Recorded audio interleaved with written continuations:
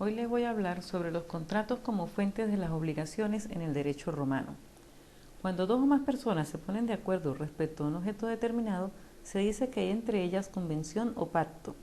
Las partes que hacen una convención destinada a producir un efecto jurídico pueden proponerse crear, modificar o extinguir un derecho.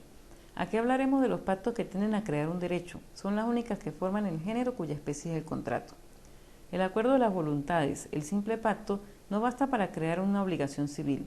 El derecho civil no reconoce este efecto más que a convenciones acompañadas de ciertas formalidades, cuya ventaja es dar más fuerza y más certidumbre al consentimiento de las partes y disminuir los pleitos.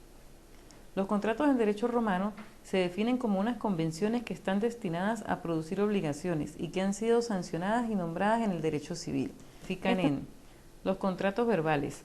Se llaman así porque se perfeccionan con la ayuda de palabras solemnes, se caracterizaban por ser formales, solemnes, de derecho estricto, unilaterales, de derecho civil.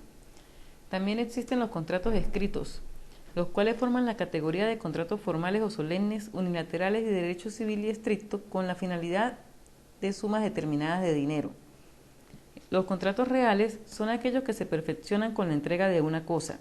Eran maneras de contratar, dando fuerza obligatoria a convenciones de naturaleza muy variada, procurando durante un tiempo, según el acuerdo, la propiedad, el uso o detención de las cosas entregadas. Los contratos consensuales se realizan solo por el acuerdo de las partes, siendo de uso tan cotidiano que no necesitan perfeccionalismo formal. Los contratos innominados, su definición no se encuentra en las fuentes genuinas, ya que surgió en el derecho intermedio, debido a que no lograba encajar completamente en los contratos reales. Se basan en el acuerdo de ambas partes, que se convierte en contrato al momento de realizar la prestación.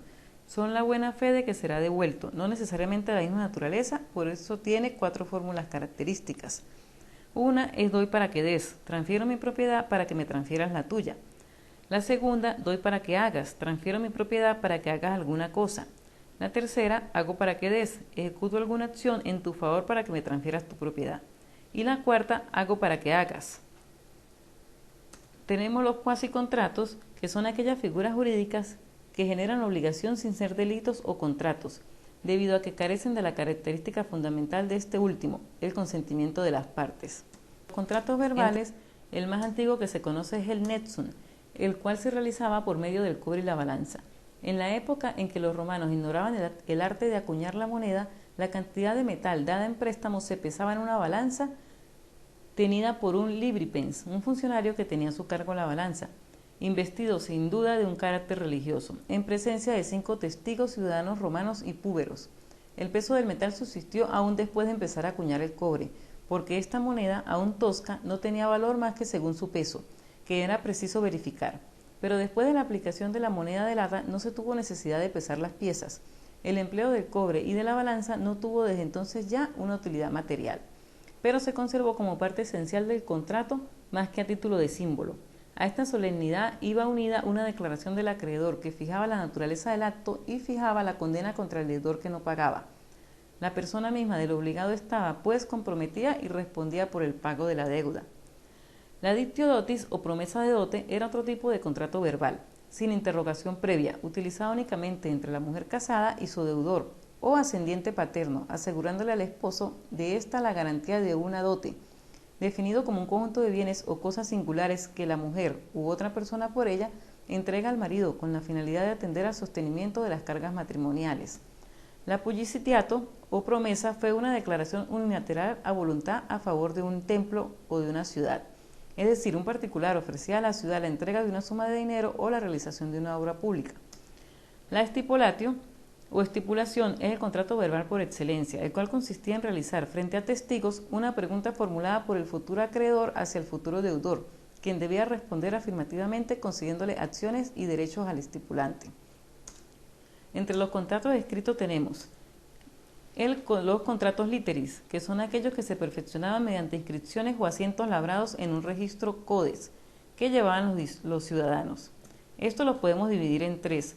Los adversarios o libros borradores, que consistían en un borrador diario que hacían los jefes de familia de sus ingresos y egresos, los cuales pasaban al final de mes a un registro más serio llamado codes, los cuales tomaban un carácter jurídico cuando el acreedor colocaba el nombre del deudor junto con la cantidad entregada. además de tener los calendarios, que era el registro dentro del mismo CODES de la cantidad de dinero entregada en préstamos, los intereses y la fecha de vencimiento de los plazos. También existían los contratos quirograpa o sin grapa, que se distinguen por haber sido empleados en un principio por los peregrinos que no se pueden sostener en un CODES, siendo un recibo ficticio de un préstamo. El quirograpa fue un documento aprobatorio en el que el deudor aceptaba su deuda, la firmaba y quedaba en manos del acreedor. Mientras que el sin grapa era un documento redactado en tercera persona, frente a testigos, firmados por ambas partes, quedándose una copia cada uno. Entre los contratos reales existen la fiducia, que es cuando al tener una deuda el deudor le cede a una pertenencia al acreedor, quien está en obligación de devolverla una vez cancelada la deuda. El mutuo, en el cual un prestamista cede a un prestatario una cantidad de cosas o de dinero, por el cual se necesita pasar las cosas prestadas a nombre del prestatario, siendo un contrato sin un plazo concedido para la restauración de los bienes. El comodato es un contrato por el cual una persona, el comodante, entrega gratuitamente una cosa a otra persona, el comodatario, para servirse de ella y devolverla después de haber hecho el uso convenido, sin necesidad de traspasar la propiedad del mueble o inmueble. Pero no puede ser una cosa que sea consumible, ya que el comodatario tiene que devolverla en el estado en que fue cedida. El depósito se forma de la misma manera que el comodato, pero en este la persona que cede el mueble, depositante, le entrega de manera gratuita al depositario su pertenencia en buena fe, de que la guardará hasta el primer requerimiento, guardándose el primero la propiedad del mueble. La prenda es cuando el deudor o tercero le cede a un acreedor un objeto para asegurar su crédito, siendo restituida cuando el crédito se ha saldado. Entre los contratos consensuales podemos encontrar la compraventa, es cuando una persona denominada vendedor transfiere la posesión pacífica y duradera de una cosa de su propiedad a otra llamada comprador, cediéndole todos los derechos sobre la misma, gracias a una cantidad de dinero previamente acordada, justa y real.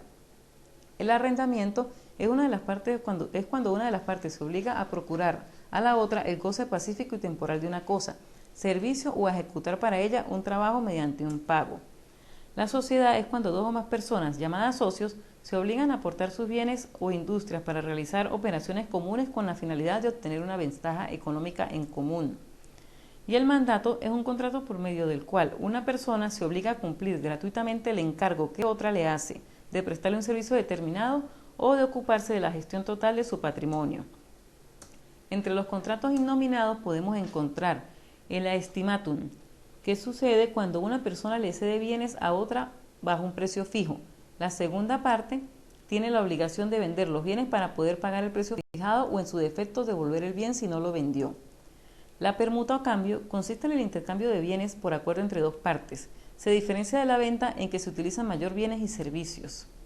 La transacción o transactio es un negocio complejo de pacto y de estipulación que se lleva a término entre dos o más personas, en el cual cada una de las partes renuncia a cierto número de sus pretensiones iniciales, con el fin de arreglarse amigablemente y evitar una intervención judicial.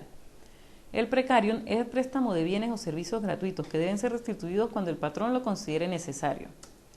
Entre los cuasicontratos podemos encontrar la gestión de negocios, que sucede cuando un gestor interviene en el negocio de un tercero, con el fin de evitarle daños o perjuicios debido a la incapacidad o ausencia del propietario, siendo éste obligado a devolverle todos los gastos realizados por el gestor en pro de su negocio, en el momento de realizarlo, y el gestor estando obligado a darle las ganancias e intereses ganados.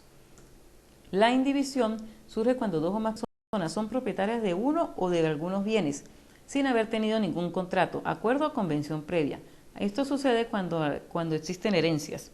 La obligación de los dueños es la de dividir las propiedades mediante un pacto amistoso, con exigencia de una estipulación, y de no llegar a un acuerdo podrían pedir ayuda a un juez. Además, antes de la separación deben rendirse las cuentas de cuanto a los beneficios obtenidos por la cosa en común y los gastos realizados. El actio definium regundorum es la situación surgida cuando dos fundos se encontraban confundidos, accidental o por usurpación, cometida por uno de los propietarios sobre el fondo del otro, obligando a los vecinos a establecer sus límites. Espero que les haya sido de su agrado y muchas gracias por su atención.